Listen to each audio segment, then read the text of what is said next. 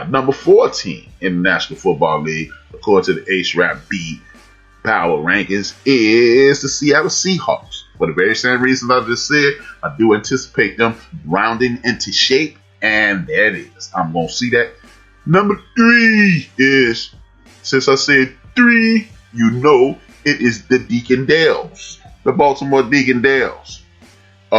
If they can just make up their mind to run a goddamn football and use Lamar Jackson to the best of his abilities until he develops as a professional pocket quarterback, use him to be the man. I'm expecting big things out of Gus Edwards. I'm expecting big things out of my man Lamar. Mark Ingram got the ankle I ain't really worried about. And I think they will round in the shade. The number 2 team is the Kansas City Chiefs. The reason I said that partially because I don't trust Andy Reid. But last night he told me, HRap, go to hell. I will run the ball when I have to. And if I'm going to run the ball when I have to, then we're going to take people to the woodshed. The number 1 team is the Mike Tomlins, which I anticipate pushing them down a little bit. Their best linebacker, my man Bush, blew out his ACL last night. Mike Tomlin is, his defense is the Black Cat defense. Every freaking season, they get a major league player hurt since Mike Tomlinson has been there. Whether it be Troy Polamalu with the high ankle sprain, which is as close you can get to a broken leg as you can get. This year, a couple years, James Harrison got hurt. My man from Ohio State jacked up his back and was almost paralyzed. Now Bush is hurt, but even though Bush is hurt, they still got Ben Roethlisberger. They still got these big-time wide receivers. They're still mixing it up, and they are still a Mike Tomlin-led team. They are the number 1 team in the National Football League, according to HRap. I'm in the building. Okay, D-Great, this is what we do, man. When Big Illinois is here, we do this rapid fire thing. You paid attention to all the games, right? I try to. Okay. This is what we're going to do. We're going to go, you and Joe, this is what we do. We do this rapid fire thing. I run down the list. I say what I saw. I say the team. You tell me what you saw. You tell me how the game went. And we are going action. Since you're a Dallas Cowboy fan, let's start there. Cardinals versus Cowboys. Speak on it. Nightmare. Cardinals got I ain't gonna disrespect the Cardinals. They got a good squad. Murray, you get him on the corners, man. If your backers is slow, he can get a 5 yards easy on that play action. So that keeps those DBs and the linebackers thinking. You know what I mean? So Cardinals is a good team. KC versus Buffalo Bills. Joe. Oh man, KC ran the ball. Edward Hilaire was amazing. Patrick Mahomes got guilty a few times. They got the Bills in the face. Tennessee Tuxedos versus the Texans. D-Great. Derrick Henry is a beast. How long can that hold up? You know what I mean? How long can that hold up? They old schooled it. They're giving them a lot of points on the defensive end because they know in the world Houston should have scored that many points on the road at Tennessee, the way Tennessee's supposed to be quote-unquote playing. But Derrick Henry is the man so far. Personally, I think this can last as long as possible. Remember, back in the day, Tony Dorsett, Walter Payton, O.J. Simpson, so forth and so on, when they were getting hit in practice, their practice was way more physical. They were doing two-a-days. It was a more rugged game up until practice. And when you got to practice, when you got to the game, you were already beat up, and then you got beat up in the game. Seeing how they don't practice that rough anymore, I do believe Derrick Henry can sustain this. He may be a problem for a very long time, but the problem is Ryan Tannehill and we're two dead flies smushed together. So how long can that last? The Bungles versus the Joes. Oh man, I love to take that one. I don't know what turned around, but by Colts being down 21, I was ready to pass the 6. Something turned up, and he came back and won. I apologize to Philip for this week. Me personally, I'm not going to apologize to Phillip Rivers. Phillip Rivers came into the league with a very putrid arm to begin with. And when you have a putrid arm to begin with, when you get older and your knees are gone, your arm is even weaker because people don't understand that you don't throw with your arm. You throw with your hips and your legs. Phillip Rivers should be finished. If the Colts want to continue to contend for the Super Bowl in 2020, Jacoby Brissett is the two words I have to say for you. D. Great, Vikings versus Falcons question, and then you give me your assessment. Should Zimmer be gone? Go.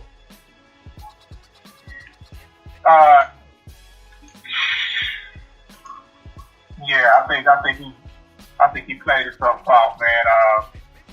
And by Atlanta getting rid of their coach, they seem like got fired for their ass. They got business, you know what I mean? But if you look at Minnesota, they really don't have that many. They cooked it out. They got one wide receiver. Mm-hmm. They defense is suspect. So that's how I think about Minnesota. You know. Me personally, I would love to see Zimmerman go, because then maybe John Gruden can invite him to Las Vegas, and then the Raiders will have a defense. Zimmer got played, if you ask me.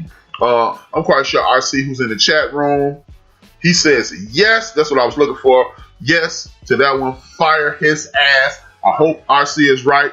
And whoever's the defensive coordinator in Oakland, send him out in Las Vegas. Send his ass out there, because Zimmer is a damn good defensive coordinator.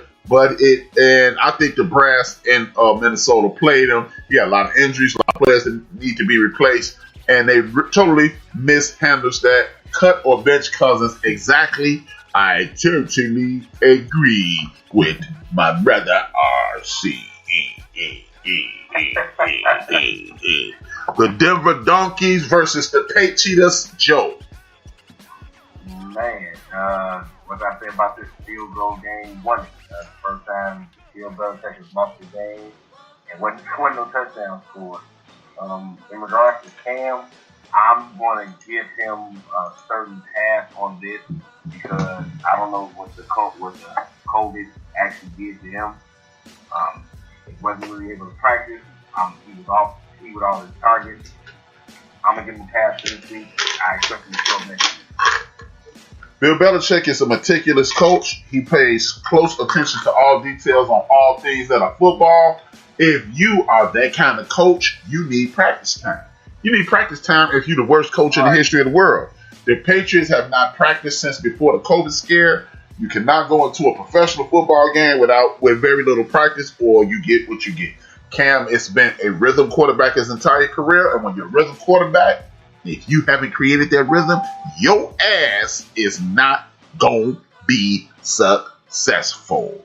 D. Great, the racial slurs versus the Chief Rockers. The other battle of the NFC League.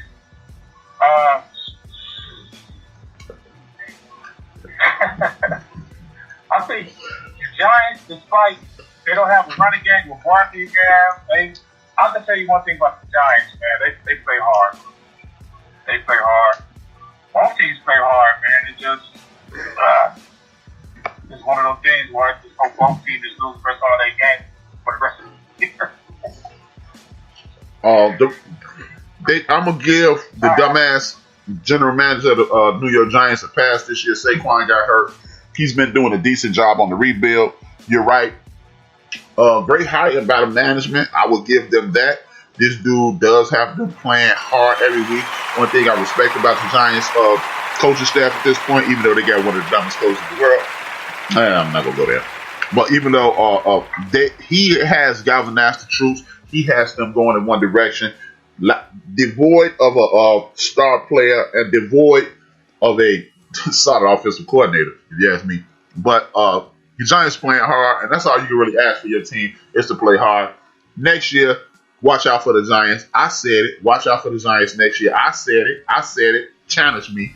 At me. Do what you got to do. The Deacon Dales versus the Microwaves. Joe. Man, this was actually a closer game than I thought it was going to be. The way that so many targets went down for the Eagles. it just seemed like Baltimore got the good lead and they put off the gas, but they won. So with this game, I still microwave if you can on your show Friday. I'm gonna need you to pull a Chief Rocker and call and see who the hell the medical staff is in Philadelphia. It's too many people that hurt on a regular basis. What the hell are y'all doing? It's the practices are too soft for this many guys to be healthy. I did like the way the coach has galvanized the troops. He has them pointed in the right direction. The Ravens is just too much for them. It looks like Jim Harbaugh did hit me. He is starting to let Lamar be Lamar. But if you're not going to consistently do that, Mr. Harbaugh, you need to grab a chair and because you're going to mess around and blow this. But I do like both of these teams and the direction they're going. Both of them are good organizations, so I ain't really got a whole lot to say about this. Man, DeLeons versus the Steelers.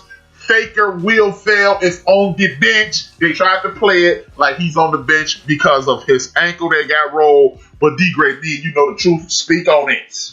Yeah, dude. I think he lost the team. You can tell by the body language of his wide receiver. I haven't heard Landry. The last time I heard Landry's name was called when he did a touchdown pass for Odell. Last time I heard Odell's name called is when he scored a touchdown against the Cowboys. You know what I mean? They have Christmas parties over there at Texas. I mean, at AT&T Stadium. Other than that, man, Cleveland they got some issues, man. When Chubb went down, that's the issue right there. They're a run team first. They're a run team and pass team. I'll be hearing the chirpers that Odell needs to be traded. He can get out of there. Blah blah blah blah. You know what I mean? So that team is overrated. You know what I mean? And I like him with Chubb first, and Hunt. But if you can put all your marbles in that quarterback, man, you might as well sit your ass down, sit in that big old ass stadium with him doing those commercials. You know what I mean? So, this shows you. This game right here shows. This team right here shows you the racial bias in the National Football League quarterback evaluation system. Baker Mayfield is a 6-foot quarterback on his best day. When he's standing up on the deck of cards, he's 6 feet tall. They tried to make this dude the next Drew Brees. He's not Drew Brees. He's kind of like a mini version of Cam, minus the athleticism. Meaning he needs to be in rhythm. I think he's fat. Huh? That's what nobody's not saying. He's fat. Oh. That dude is a fat looper. That's what he looks like. Fat, bro. You know what? I wouldn't give a damn if this dude. Hey, let me say this. You can't move around when you fat and you got all that crap around your waist. You can't. No. I didn't. When I said he like Cam, I didn't mean athletically. I meant he's a rhythm quarterback. I just heard that because I just had to say that. I always want to say that. He's fat. Yeah, he has very little. They don't put him in rhythm. And when he doesn't read defenses well. He keep hitting wide open safeties and linebackers. He's overrated. He's vastly overrated. This shows you the inability of the National Football League to put race aside, and they continue to pick white boy Roy and try to make him into something that he's not, consistently passing over brothers, and they're gonna pay for it time and time again. Baker Mayfield is not. If Baker Mayfield is the answer, the question must have been, who don't we need? So, Baker Mayfield, sit your ass down. It's been one. The Chicago Bears versus the Teddy Bridgewaters. Go! Man, the Bears defense is serious. As far as it goes, I thought Teddy was going. I picked him this week for Teddy to be able to do something. Try, fail, the defense was coming. Not gonna speak on all of it. Yes, offense was not much to speak on. Well, I'll speak on it. The Bears defense is playing out of his mind. The problem is the Bears offense keeps that defense on the field. The offense keeps that defense on the field. They're wildly inconsistent, and the coach of the Chicago Bears plays like he's Andy Reid before they fired him in Philadelphia. I said that last week. I'm gonna say it this week. He has one of the more talented running backs in the game in Montgomery. He refuses to run this man in traffic.